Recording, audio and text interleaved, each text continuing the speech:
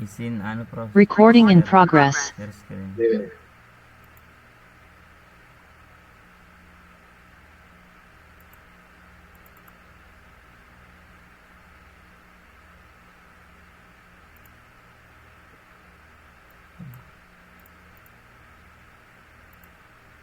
Baik, bismillahirrahmanirrahim. Assalamualaikum warahmatullahi wabarakatuh.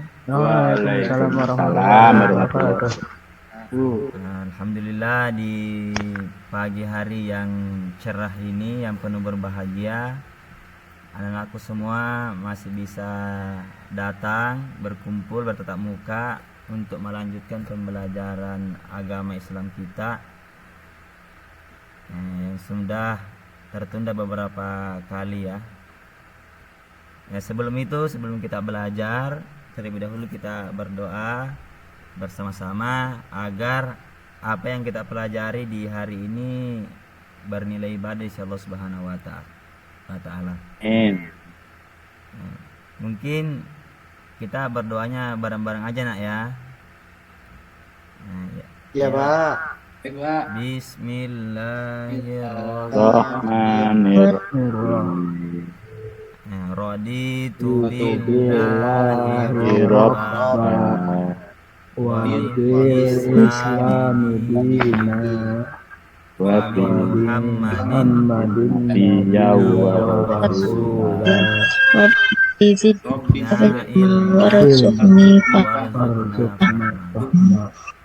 amin. Ya, makasih. Gimana kabarnya anak-anakku sekalian? Baik Pak. Sehat ya, alhamdulillah ya. Alhamdulillah. Semoga teman kita yang sakit semoga diberikan kesehatan ya. Amin. Yang lagi tidak sehat disehatkan, yang lagi tidak semangat semoga ditambah semangatnya.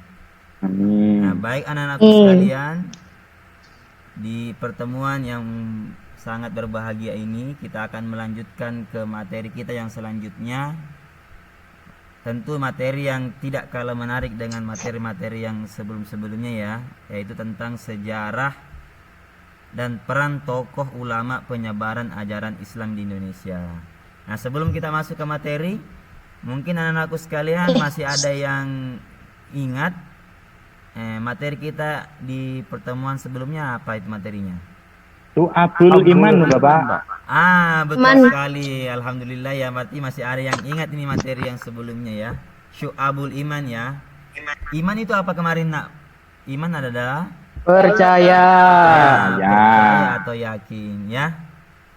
Iman itu ternyata banyak sekali cabang-cabangnya nak ya. Bukan cuma 6 yang kita ketahui rukun iman, tapi banyak sekali ya. Tentu itu dibagi juga, ada iman tentang hati, iman tentang perbuatan, sama apa satunya iman tentang Amal. hati kan ada hati, perbuatan sama lisan. Iman itu ada tentang lisan. Baik, untuk kali ini kita akan belajar tentang sejarah dan peran tokoh ulama penyebaran ajaran Islam di Indonesia.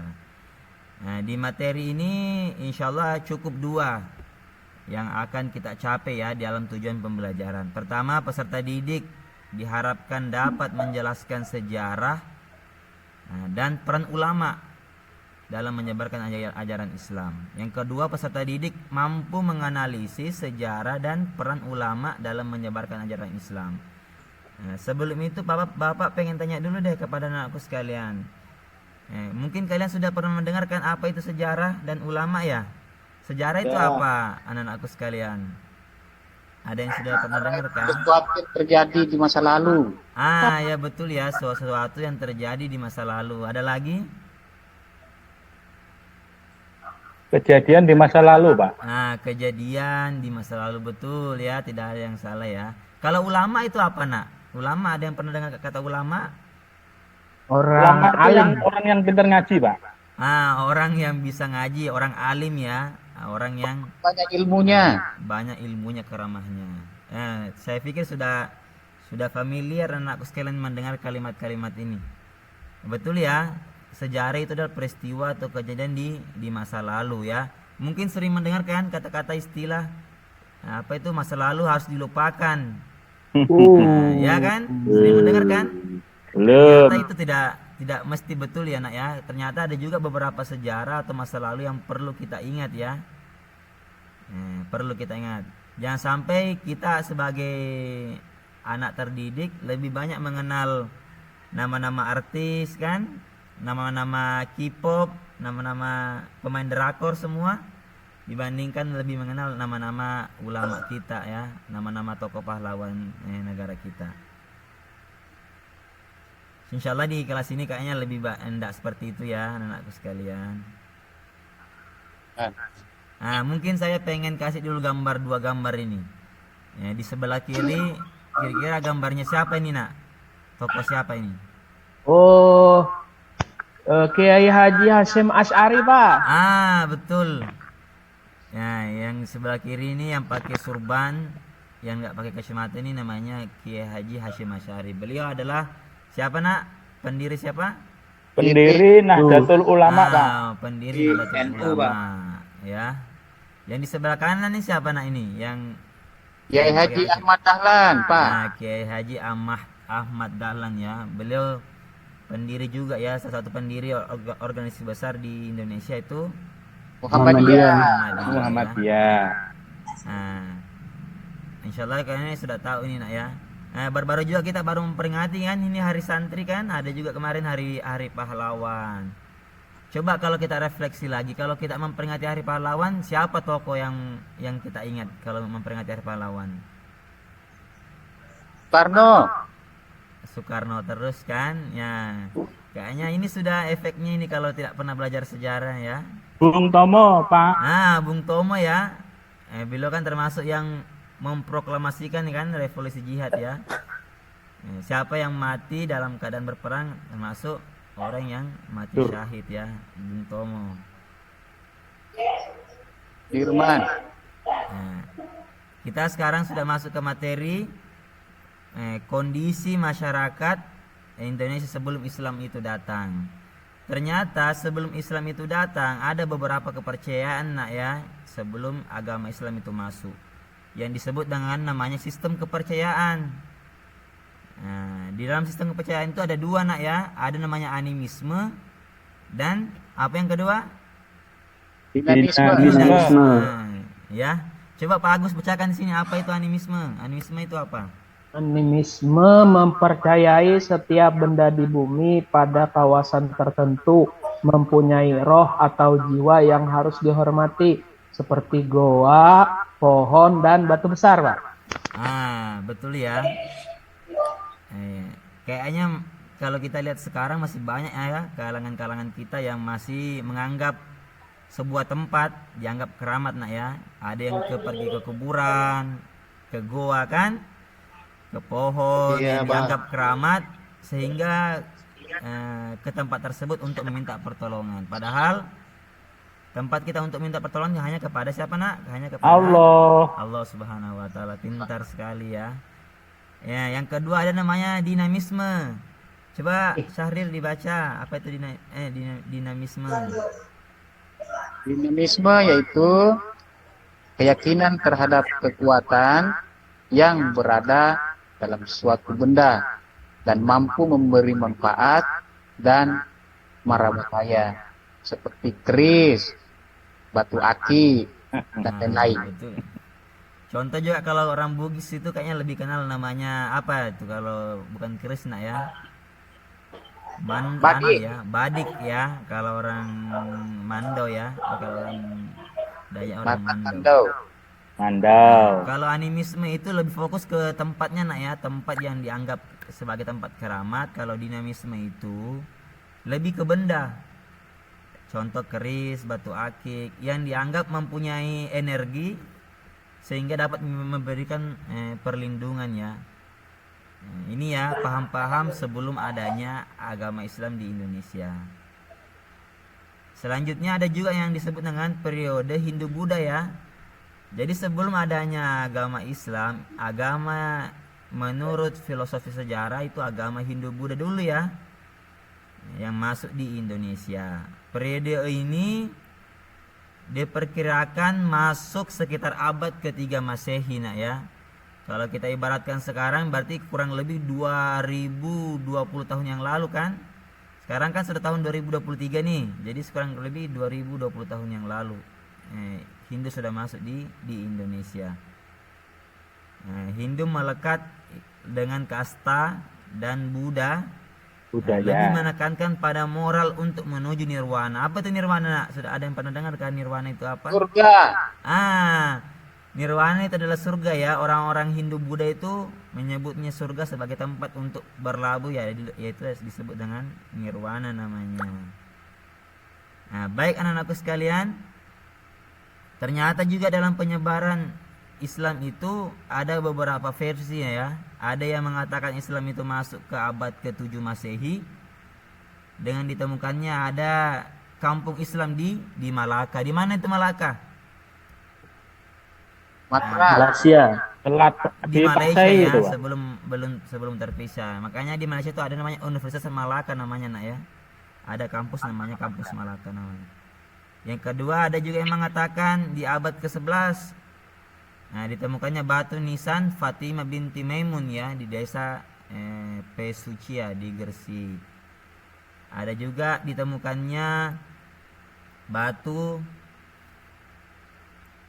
nisan Sultan Malik As-Soleh, Raja Samudra Pasai yang pertama masuk Islam ya. Ini di abad ke-13 Masehi ya. Nah, ini beberapa versi nak ya. Insyaallah semuanya akurat. Jadi ada yang mengatakan ke abad ke-7 Masehi, ada juga yang mengatakan ke abad ke-11 Masehi. Ada juga yang mengatakan ke abad ke-13 Masehi nak ya dalam menyebarkan ajaran Islam. Nah, Bapak lanjut. Nah, ini ya, ternyata ada banyak sekali teori yang mengatakan Islam itu masuk di Indonesia. Mungkin muncul pertanyaan, di mana yang paling betul di antara ketiga teori ini? Semuanya betul nak ya, karena semuanya punya landasan dan kajian teorinya masing-masing. Pertama di sini ada namanya teori Gujarat. Mungkin ada yang tahu di mana itu Gujarat nak? Gujarat itu di mana? Di India, Pak. India, Pak. Ya, pemainnya Syahrul Khan sudah tahu semua kan? Di Ya. India. Sama Rani Mukherjee, Pak. Nah, ini ya, teori ini dicetuskan oleh Snok Horget ya. Menurut Islam itu berasal dari Gujarat atau di India pada abad ke-13 Masehi. Karena kenapa? Ditemukannya manuskrip tertua tentang Islam menggambarkan adanya hubungan antara Hindia dan Indonesia ya. Ada juga namanya teori Mekah. Ini ya menurut Pak Profesor Hamka ya, Islam itu datang ke abad ke-7 Masehi ya, yang dibawa oleh saudagar Arab. Ada juga menurut teori Persia. Persia itu di daerah mana nak? Kalau sekarang Persia itu Iran, Pak. Daerah-daerah Iran, betul sekali. Kalau Makkah kan sudah jelas kan, kalau Makkah pasti berasal dari Arab Saudi ya kan. Nah, teori ini berasal dari penemuannya Hussein Jajadiningrat. Teori ini didasari oleh kebudayaan yang hidup di kalangan masyarakat Indonesia sama dengan Persia. Nah, tentu dalam menyebarkan Islam itu perlu namanya strategi ya. Para tokoh-tokoh dulu itu menggunakan dengan perdagangan, berdagang baru menyebarkan ajaran Islam. Ada juga dengan pernikahan, menikah dengan warga lokal, warga Indonesia, baru secara perlahan menyebarkan ajaran Islam. Ada juga dengan budaya. Nah, mungkin kita lebih kenalkan di sini Wali Songo nak ya. Contohnya itu Sunan Kalijaga. Beliau berdakwah menggunakan wayang ya, tidak menghilangkan budaya lokal yang ada di tempat tersebut. Ada juga mendirikan sebuah pendidikan, membuat sebuah lembaga madrasah tempat untuk belajar. Nah, ini ya pendidikan. Ada juga masuk di dunia politik, ikut terlibat dalam sistem pemerintahan. Ini ya, ada beberapa strategi yang digunakan para ulama-ulama kita dalam menyebarkan ajaran Islam di Indonesia. Sudah paham ya anak ya beberapa ya? Ya, Pak. Nah, insya Allah sudah paham sekali. Nah, nanti saya bagi kelompok 3 kelompok. Nanti kelompok 1 membahas tentang teori Gujarat, yang kelompok 2 membahas tentang teori Mekah, yang ketiga nanti membahas tentang teori Persia. Nah, ya nak ya. Jadi nanti saya kasih kesempatan anakku semua bisa membuka literaturnya di internet, cari di jurnal-jurnal ya, di literatur yang dianggap akurat informasinya, mencari siapa sih tokoh-tokoh, kenapa alurnya, sehingga teori ini dapat dipercaya ya. Ada 3 kelompok nanti yang Bapak akan bagi. Saya akan baginya kelompoknya menggunakan ini nak ya, biar adil kelompoknya, tidak ada ya istilah. Sebentar nak ya. Kok keluar? Sebentar. Saya bagi kelompoknya menggunakan ntar. Saya kok ini ada mana nih? Ini nak ya, kelompoknya menggunakan general kelompok acak. Jadi tidak ada istilah yang iri-irian. Jadi teracak. Sebentar, kayaknya jaringan ini agak sedikit sulit ini. Waktu. Ya. Ya mungkin sebelum kita tutup nak, kita masuk ke pertemuan selanjutnya. Ada yang bisa bantu Bapak menyimpulkan pembelajaran kita pada hari ini? Nah, Pak Hairul bisa bantu menyimpulkan nak, apa yang pembelajaran kita pada hari ini tadi tentang sejarah dan ulama di Indonesia? Baik Bapak, kita sebagai pelajar harus ini tahu pendiri sejarah yaitu pendiri sejarah Nahdlatul Ulama dan pendiri Muhammadiyah Bapak. Nah iya ya, betul ya.